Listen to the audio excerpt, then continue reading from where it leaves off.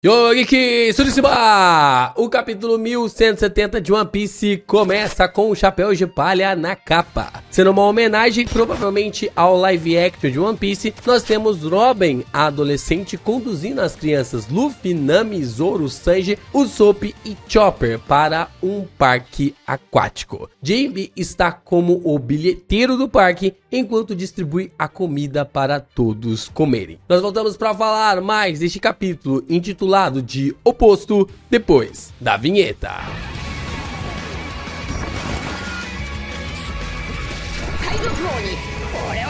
Vemos então Loki exatamente da mesma posição que vimos ele caindo no final do capítulo passado, com Ragnir quase amassando sua cabeça. Loki está furioso, ele se levanta e questiona para alguém dentro do Salão dos Tesouros sobre quem estava lá dentro e que ninguém deveria ter entrado ali sem sua permissão. O gigante ancestral fica indignado de quem lhe jogou o martelo, não tendo ali se acusado ainda. Loki diz que de qualquer forma não tem como a Akuma no Mi não estar naquele lugar, mas logo ele sente o martelo atrás dele vibrando mais uma vez. Loki olha para trás e o martelo começa a se mexer novamente. Loki tenta sair correndo do martelo, mas ele está quebrando tudo onde cai. O gigante fica impressionado pelo peso do martelo e questiona se só podem estar de brincadeira, dizendo que não tem como a arma ser tão pesada dessa forma. O salão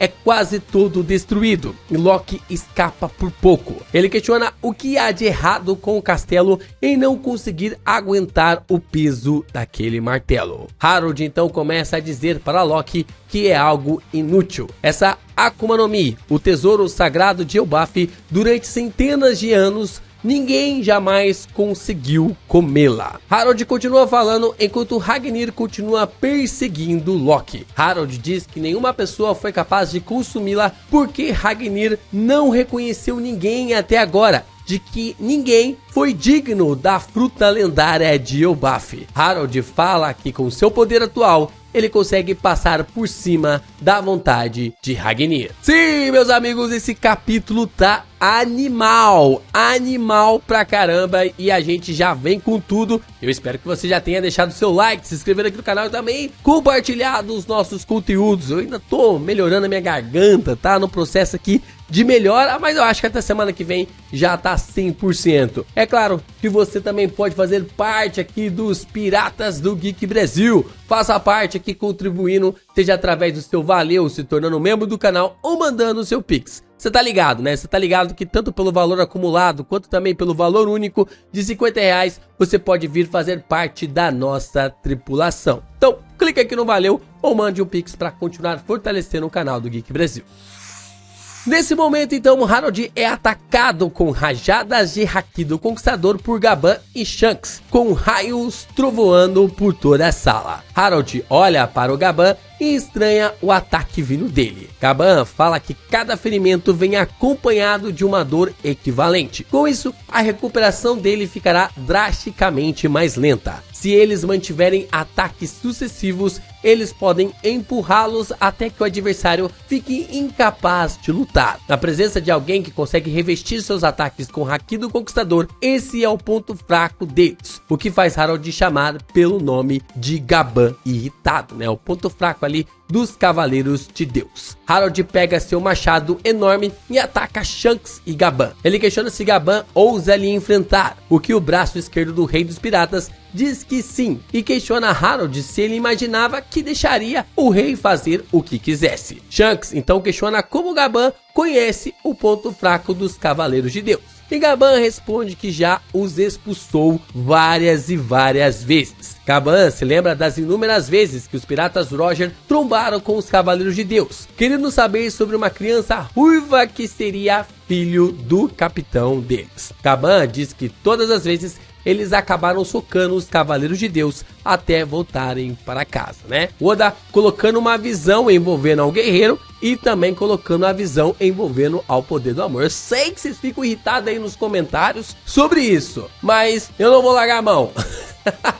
Eu não vou largar de mão desse ponto aqui, porque as duas coisas estão completamente conectadas. Tanto a vontade de proteger, quanto também essa questão da visão do guerreiro faz um total sentido. Shanks diz que pensando nisso agora, aquele tal de Sommers já havia comentado algo em cima disso. E aí, meus precoces? Cadê aqueles que ficaram falando que o Oda pulou o confronto do Gaban com o Sommer? O confronto simplesmente não era para acontecer em God Valley. Eles passaram anos e anos lutando contra os Cavaleiros de Deus, por simplesmente os Cavaleiros de Deus quererem ali o Shanks, resgatar ali o Shanks, e o Roger e toda a sua tripulação não deixavam, né? O Roger e toda a sua tripulação não deixavam com que o Shanks fosse sequestrado. Então, dessa forma, a gente tem aqui uma explicação muito precisa sobre o que definitivamente aconteceu. Gaban e a tripulação do Roger esfolavam os Cavaleiros de Deus em todos os encontros. Por isso que o Sommers fica tão traumatizado quando vê ele em Elbaf. Gaban informa ao Shanks que isso foi há muito tempo, mas ele reforça o ponto de que Mary Jose tendo um grupo de combatentes era algo muito surpreendente. Ele sempre achou que todos os Tenryubitos eram tudo um bando de inúteis. Shanks diz que eles quase nunca descem para o mundo, que eles têm certeza que são deuses e que isso fez sua vida se tornar algo horrível. O Gaban então sorri no meio de toda aquela fala, no meio de todo aquele desabafo do Shanks. O Gaban sorri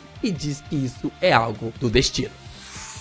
Shanks então diz que ele quer salvar ali o Harold, quando Harold ataca os dois. Gaban diz para Shanks que tudo vai depender apenas do Loki. Corta então para Loki versus Ragnir. Loki diz para Ragnir sair da frente, mas ele não sai. Loki fica pensativo dele ser o guardião do tesouro nacional e se questiona como o martelo pode se mover dessa forma. Ragnir vem para cima dele e ele prepara sua martelada, dizendo que essa luta acabou. O martelo do Loki quebra com o ataque, mas ele consegue parar o avanço de Ragnir para cima dele. Loki fica maluco com seu martelo sendo destruído. E então, quando nós vemos a verdadeira forma do Ragnir, é um esquilo.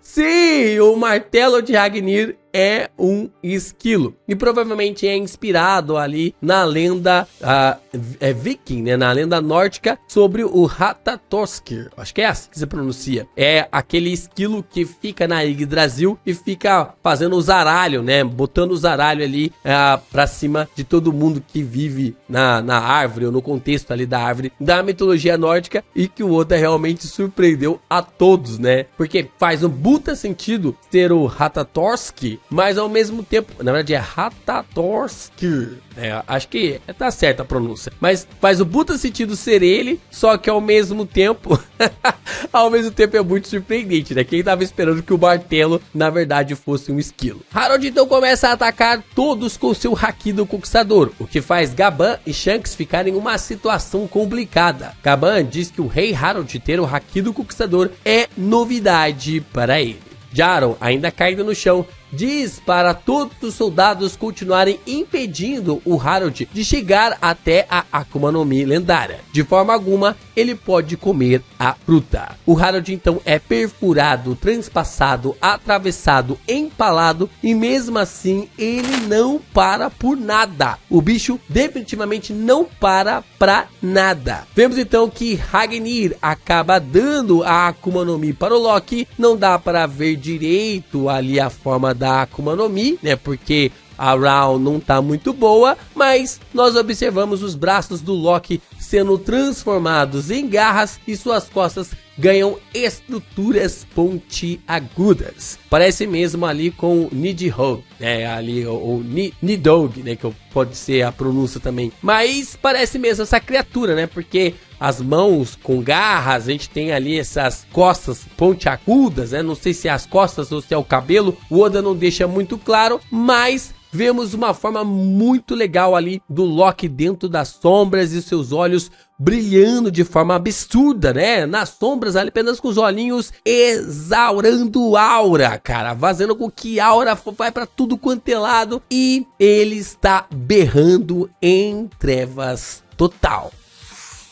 Hagnir então está chorando, talvez por ter perdido, talvez porque finalmente alguém conseguiu lhe vencer, e Loki então parte para lutar contra seu pai, né? Eu acho que esse choro do Hagnir é finalmente por alguém ter conseguido comer a Akuma no Mi lendária, né? Visto que ele tá com alguns coraçõezinhos ali e tal, e ao mesmo tempo a gente consegue ver que Hagnir parece não ter, digamos assim, ele tem consciência, ele sabe o que precisa ser feito, mas ele não parece ser alguém que fale, né? Alguém que tem ali a capacidade de falar, né? Talvez como um objeto, uma arma não tenha a capacidade de falar. Então ele não é um animal que comeu uma arma, mas sim ele é não é um animal que comeu uma arma.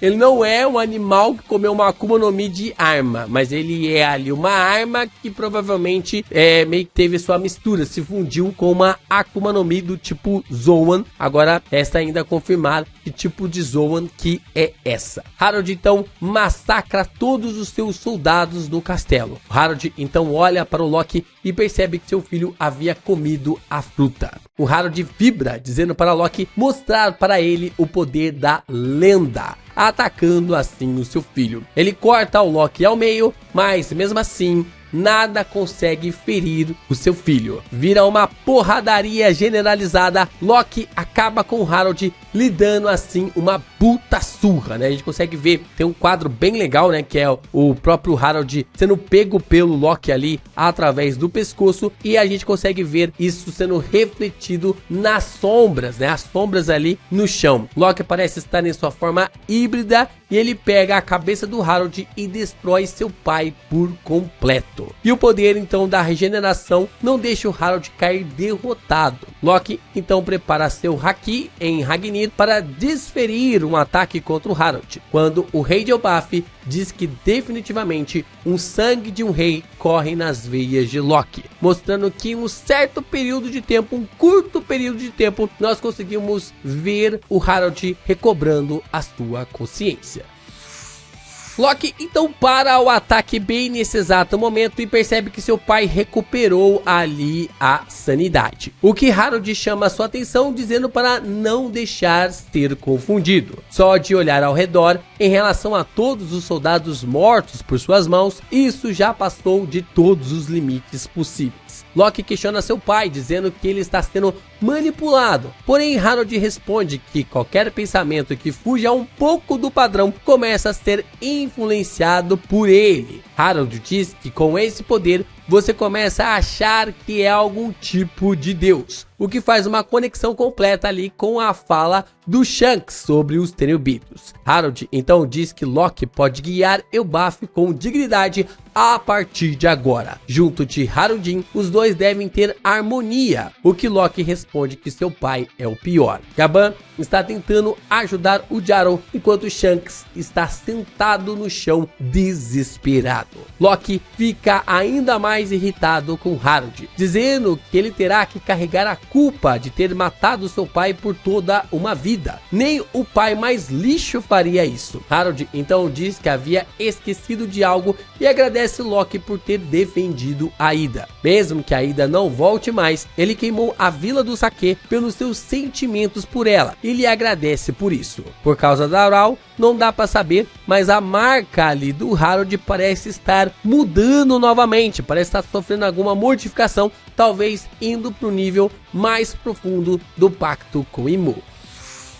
Harold então diz que o controle deve voltar logo. Dessa forma, o Loki precisa acabar com a sua vida. Loki expele Haki do Conquistador e raios para tudo quanto é lado, através de Hagnir. Ele diz que vai odiar Harold por isso, lhe dando um trabalho desses, lhe chamando assim de desgraçado. Harold sorri e diz que ama muito o seu filho. É muito interessante, né, ver essa fala, né, o Loki xingando seu pai, falando com seu pai, meio que tipo assim, ficando indignado ali com seu pai, e aí o Harold, ele entendendo que tudo que o Loki estava falando era o contrário, de que ele não lhe odeia, de que ele não sente raiva do seu pai, de que ele não está chateado, e a única coisa que ele consegue falar ali pro Loki é que também ele lhe ama, né? De que também ele ama o seu filho da mesma forma como seu filho lhe ama. Um raio então desce dos céus diretamente para o castelo de Aurush. Em uma página dupla épica,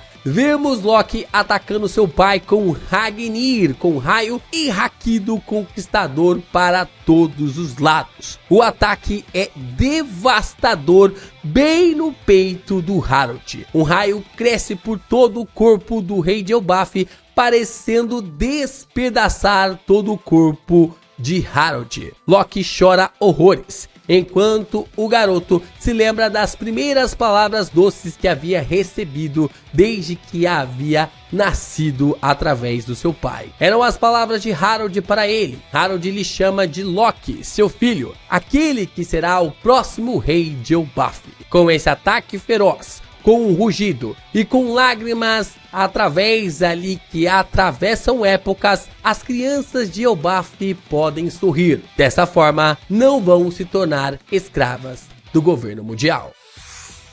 Meu amigo, o Loki simplesmente quebrou, destruiu, amassou e jogou fora o Power Scaling de One Piece.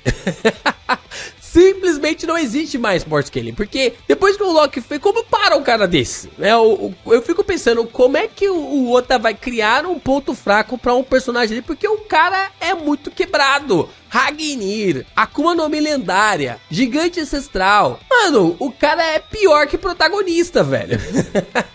Tudo bem que no final ali o Harald não demonstrou resistência, mas o Oda ocultou de forma proposital o Loki quebrando o domínio de Imu na porradaria franca com o seu pai, usando ali a habilidade da sua Akuma no Mi. Então, caramba, eu fico pensando como é que tipo assim, o Oda tá escalonando o Loki pra jogar ele diretamente contra Imu, tá ligado? Tipo, já vai colocar ele diretamente na batalha contra Imu. É por isso que ele ficou guardando esse cara durante todo esse tempo a 7 chaves. O Loki está em outro patamar, ele está em outro estágio. Já dá pra colocar aqui o epiteto pra ele de da criatura mais forte, porque ai, Kaido, não vai sobrar nada pra você não. Ele está ali no bando, né? Pensar sobre ele estar ali no bando chega a ser até mesmo algo desproporcional em relação aos demais bandos, né? Eu acho tipo assim, é claro que eu quero um Loki nos Mugiwaras, mas se não tiver aqui um counter, se não tiver ali um ponto fraco do personagem, mano, nem tem graça ter um Loki ali no bando. É claro que eu quero um Loki no bando pra caramba, velho, mas não tem como. Olha o que esse cara fez aqui, velho. Será que o Loki vai ficar como algo definitivo ali, como o rei de Elbaf no final de tudo? Será que ele vai seguir aquilo que o seu pai realmente esperava dele? Ou Loki vai se tornar ainda mais aquele personagem que a gente não consegue prever os seus passos?